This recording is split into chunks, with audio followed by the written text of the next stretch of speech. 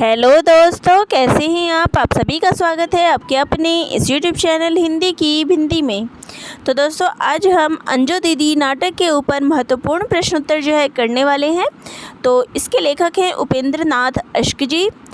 तो इसको शुरू करने से पहले मैं बता दूं कि मैंने आप सभी को बाकी जितने भी नाटक हैं, अंधेर नगरी नाटक, चंद्रगुप्त नाटक, अंधा युग, सिंदूर की होली, तो इन सभी नाटकों के प्रश्नोत्तर जो है वो करवा चुकी हूँ। तो आप सभी मेरे चैनल पे इसको देख सकते हैं। इसका प्लेलिस्ट भी मैं तैयार कर दूँगी। आप सभी प्लेलिस्ट में जाके भी इस वीडियो को, बाकी जितने नाटक पे आधारित प्रश्नोत्तर हैं उनको आप वहाँ से देख सकते हैं। आज हम इसके अंतिम नाटक अंजू दीदी के ऊपर महत्वपूर्ण प्रश्नोत्तर जो है वो करने वाले हैं।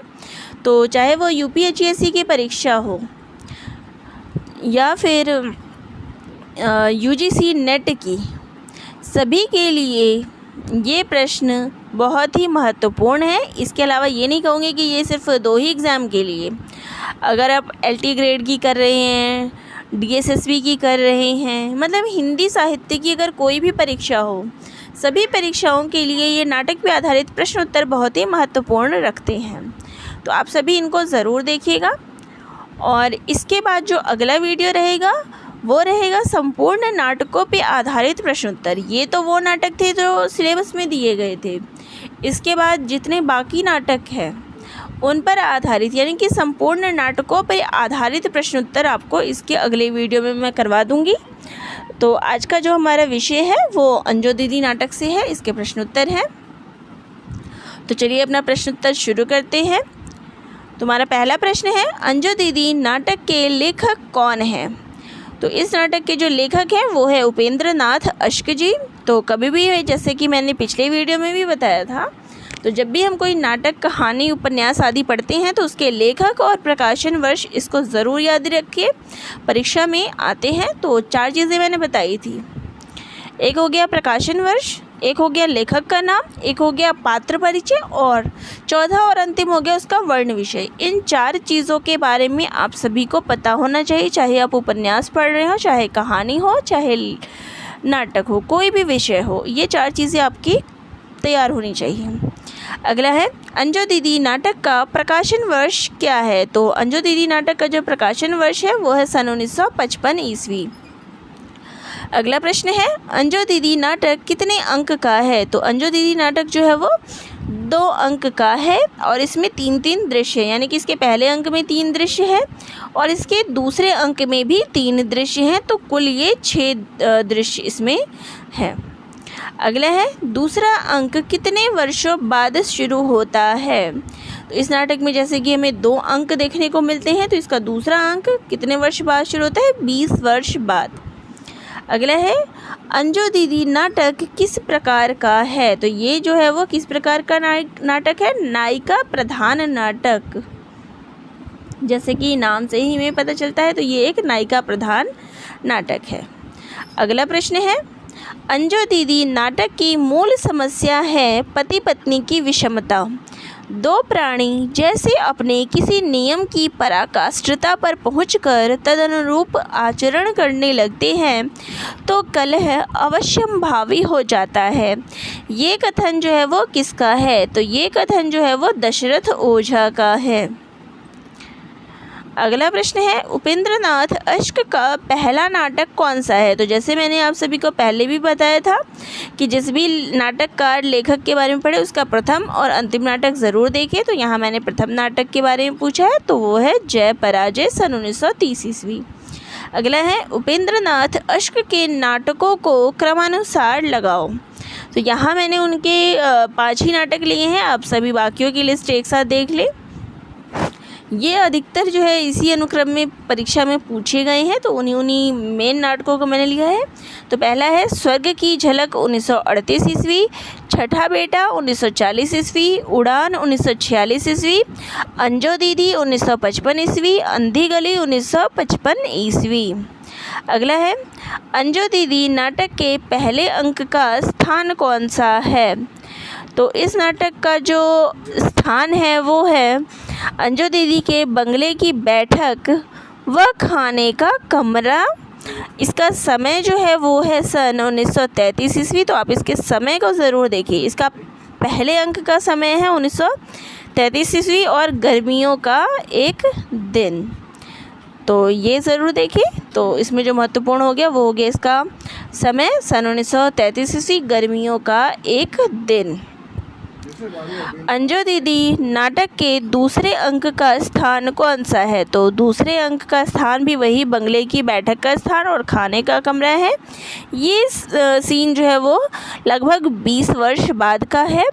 इसमें समय जो है वो है सन 1953 ईस्वी। तो आप इसमें समय देख लीजिए, उसमें 1933 था पहले अंक में और दूसरे अंक में है 1953 ईस्वी। तो सन पूछ सकते हैं, वो गर्मियों का दिन है और ये सर्दियों का दिन। तो ये दोनों अंक में अंतर है। अगला है उपेंद्र नाथ अश्क जी की सबसे लोकप्रिय व प्रौढ़ नाट्य कृति है। तो उनकी जो लोकप्रिय और प्रौढ़ कृति है वो है अंजू दीदी। ये प्रश्न जो है इस तरीके से कई बार परीक्षा में पूछा गया है। अगला है अंजलि और श्रीपत किस नाटक के पात्र हैं? तो अंजलि और श्रीपत जो है वो अंजू दीदी नाटक के पात्र हैं। अगला प्रश्न है नारी की कठोर पारिवारिक नियंत्रण से पारिवारिक विघटन की समस्या का चित्रण किस नाटक में हुआ है? तो ये उसका वर्ण विषय हो गया, जिसमें उसने अंजू दीदी ने जो है वो परिवार को नियंत्रण जो किया था, एक कठोर अनुशासन जो उसने लगाया था, उसका परिणाम क्या होता है, परिवार में किस प्रकार से विघटन होता है, इसका चित्रण जो है हमें अंजू दीदी नाटक में देखने को मिलता है। अगला है अंजू दीदी के पति का नाम क्या है? तो अंजू दीदी के पति का नाम जो है वो इंद्र नारायण है, जो कि एक पेशे से एक वकील है। अगला है नाटक में नीरज कौन है? तो नीरज जो है वो अंजू दीदी का पुत्र है। अगला है नाटक की नायिका कौन है? तो नाटक की नायिका जो है वो है अंजू दीदी उर्फ अंजलि। तो नाटक में हमें दो नाम ये देखने को मिलते हैं, कहीं कहीं अंजू दीदी है, कहीं पे अंजलि है। तो अंजू दीदी का ही नाम जो है वो अंजलि है। अगला प्रश्न है अंजू दीदी को नियंत्रित और अनुशासित जीवन जीने की प्रेरणा कहाँ से मिली थी? मतलब उसके अंदर जो ये भावना आई थी अनुशासित जीवन जीने की, वो कहाँ से आई थी? तो उसके नाना जी के यहाँ से, नाना ने उसका लालन पालन किया था, गोद लिया था। अगला प्रश्न है व्यक्ति जैसा चाहता है वैसा नहीं कर पाता है, उस पर कार्य थोपे जाते हैं, उसका दुष्परिणाम। इसका चित्रण उपेंद्र नाथ अश्क जी के किस नाटक में हुआ है? तो ये अंजू दीदी नाटक में हुआ है। जो व्यक्ति जैसा चाहता है वैसा नहीं कर पाता है। अगला है इस कण कण को मैंने सलीका, समय की पाबंदी और सभ्य लोगों के रंग ढंग सिखाए हैं, ये कथन किसका है? तो ये कथन जो है वो अंजलि के द्वारा, यानी अंजू दीदी के द्वारा ये कथन कहा गया है। अगला है वक्त की पाबंदी सभ्यता की पहली निशानी है, ये कथन किसका है? तो ये कथन जो है वो है अंजलि का, यानी अंजू दीदी का। अगला है अपने घर को तुमने घड़ी सा बना रखा है, सब मानो उसके पुर्जे हैं, ये कथन किसका है? तो ये कथन जो है वो अनिमा का है, अंजू दीदी की जो बहन होती है अनिमा, उसका है। अगला है हम तो फिजूल की गृहस्थी की चक्की से अपना माथा फोड़ रही हो। तो हम तो फिजूल की गृहस्थी की चक्की से अपना माथा फोड़ रही हो, तुम तो सेना में कैप्टन या छोटी मोटी लेफ्टिनेंट हो जाना चाहिए, ये कथन किसका है? तो ये कथन जो है वो श्रीपत का है। वो अंजू दीदी का जब व्यवहार देखता है, उसका अनुशासन प्रिय रहना देखता है, तो वह ये कथन कहता है। श्रीपत उनका भाई होता है, दूर का रिश्तेदार होता है। जब वो वहाँ आता है तो उसका व्यवहार उसको बहुत अजीब सा लगता है।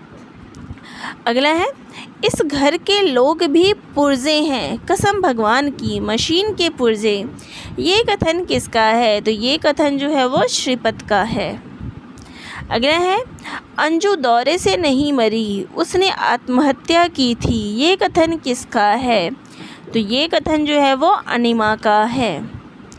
अगला है मंदिर में जैसे पूजा का समय बंधा होता है और पुजारी चूक जाए तो दिन भर उसके मन में खटक रहती है कि उसे अपराध बन आया है। इस तरह मुझे भी लगा कि ठीक 8 बजे नाश्ता मेज पर ना आया तो भारी अपराध हो जाएगा। तो ये कथन किसका है?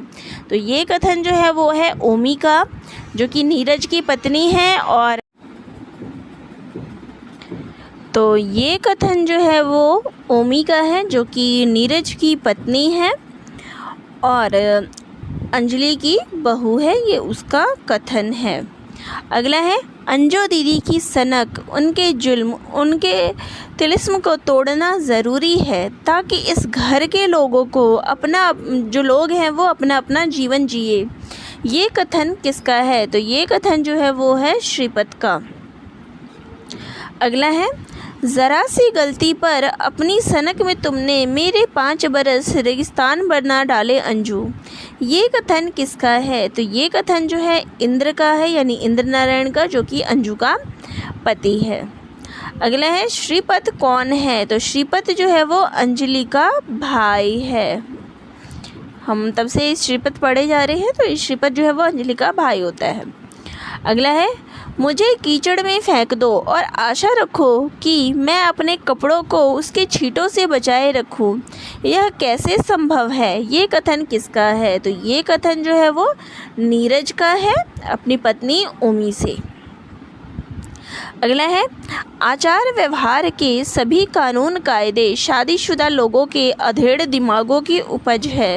ये कथन किसका है? तो ये कथन जो है वो श्रीपत का है।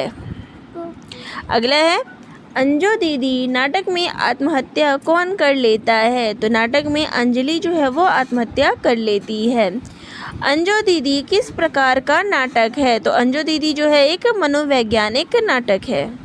अगला है अंजू दीदी नाटक में मुन्नी कौन है? तो मुन्नी जो है वो अंजू दीदी की नौकरानी है।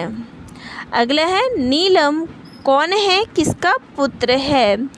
तो नीलम जो है वो नीरज का बेटा है, अंजलि का पोता है। तो ये कहानी आगे जाके इतनी पीढ़ियों में बढ़ जाती है। जब कहानी 20 वर्ष बाद शुरू होती है तो इसमें नीरज की शादी हो जाती है और उसके बेटे का नाम नीलम है। नाटक में अंजलि का विलोम पात्र कौन सा है? तो अंजलि का विपरीत स्वभाव वाला जो पात्र होता है वो होता है श्रीपत। अंजलि का भाई, वो अंजलि से विपरीत स्वभाव का होता है। तो दोस्तों आज का वीडियो कैसा लगा कमेंट बॉक्स में ज़रूर बताइएगा। आज की प्रश्नोत्तरी कैसी थी? और अगर चैनल पे नए हैं तो चैनल को ज़रूर सब्सक्राइब करिएगा। और अगला टॉपिक जो है वो नाटकों पे आधारित होगा, संपूर्ण नाटकों से प्रश्नोत्तरी होगी। और फिर भी अगर किसी टॉपिक में आप सभी को कोई समस्या हो तो कमेंट बॉक्स में कमेंट करके ज़रूर बताइएगा ताकि उस समस्या का समाधान कर सके। तो दोस्तों आप सभी का बहुत बहुत धन्यवाद।